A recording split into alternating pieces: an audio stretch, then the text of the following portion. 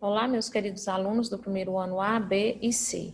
Hoje faremos a correção das atividades do gênero textual crônica, né? Para a gente entender um pouquinho melhor.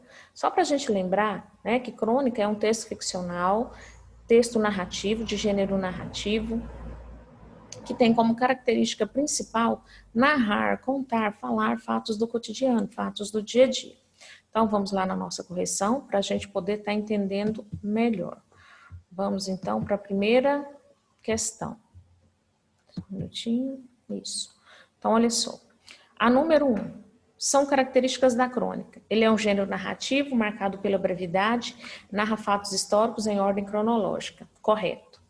Pode ser também publicado em jornais ou revistas, destina-se a leitura diária ou semanal, pois trata de acontecimentos cotidianos, aquilo que eu falei para vocês, fatos do dia a dia. 3. A obra de ficção do gênero narrativo apresenta narrador, personagem, ponto de vista e enredo. Ponto de vista não, tá? Então essa a 3 não é. 4. O gênero que se define por uma pequena extensão, é mais curto que a novela ou romance, apresentando uma estrutura fechada. Não, não tem estrutura fechada. E número 5, o item 5, tipo de texto que se caracteriza por envolver um remetente e um destinatário. Não, remetente e destinatário, carta, né? Então, a resposta correta é a letra A, tá? Então, vocês vão marcar a letra A. Vamos para a questão 2. Aqui nós temos o texto 1, né, para a gente poder fazer a leitura. Espero que vocês tenham lido, não vou ler, porque senão fica muito extenso, né? Aqui é uma crônica, tá? Se vocês observarem, né, as pessoas estão conversando aí sobre alguma coisa que está acontecendo no dia a dia. O autor é o Fernando Sabino. O texto de Fernando Sabino apresenta características do seguinte gênero textual. Tá na cara, né? Então, esse texto aqui, ele é um poema? Não. Um conto? Não. Então, ele é uma crônica. A resposta correta é a letra C. Vamos para o número 3. Aqui também nós temos uma questão, vocês viram aí que foi do Enem de 2012, né? O desabafo. Esse texto eu li para vocês na nossa aula passada, né? Então, diz assim: nos textos em geral, é comum a manifestação simultânea de várias funções da linguagem, com predomínio, entretanto, de umas sobre as outras. No fragmento da crônica Desabafo, a função da linguagem predominante, a emotiva ou a expressiva, pois trata-se de quê? Olha só, trata-se a atitude do enunciador se sobrepõe àquilo que está sendo dito, que ele está discutindo. Vocês lembram que eu falei para vocês que ele falando que era para desculpar, que ele não estava a fim de poder estar escrevendo uma crônica? Não é isso? Então, quer dizer que a atitude dele, né, sobrepõe àquilo que está sendo dito. Então, letra B. Vamos para o próximo. Número 4. Aqui também nós temos mais um texto, né? Outra crônica, que eu espero que vocês tenham lido.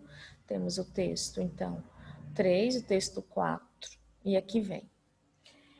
Entre as características que definem uma crônica estão presentes no texto de Valcir Carrasco, né? Deu para a gente perceber qual é a característica que está marcante nessas crônicas. Então, olha a pergunta novamente.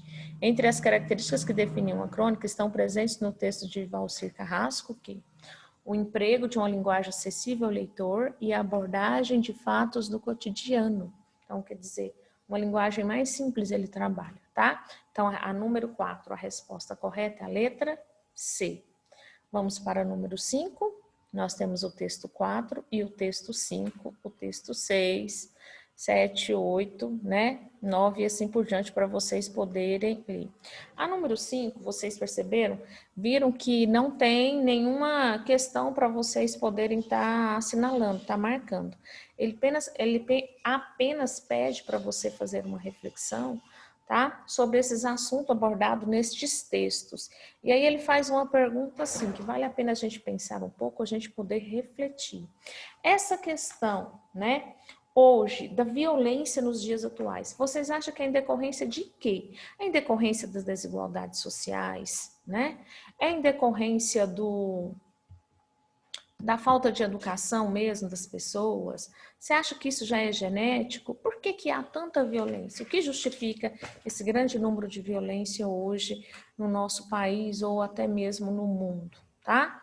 Então fica aí uma reflexão para a gente poder estar pensando, analisando, né? E ver também, né? Para a gente também é uma forma da gente se educar, da gente melhorar cada dia mais, tá? Então essa daí foi a primeira parte da correção. Fiquem com Deus e eu vou fazer outro vídeo para a gente corrigir a segunda parte, a atividade de quarta-feira, tá bom? Um grande abraço.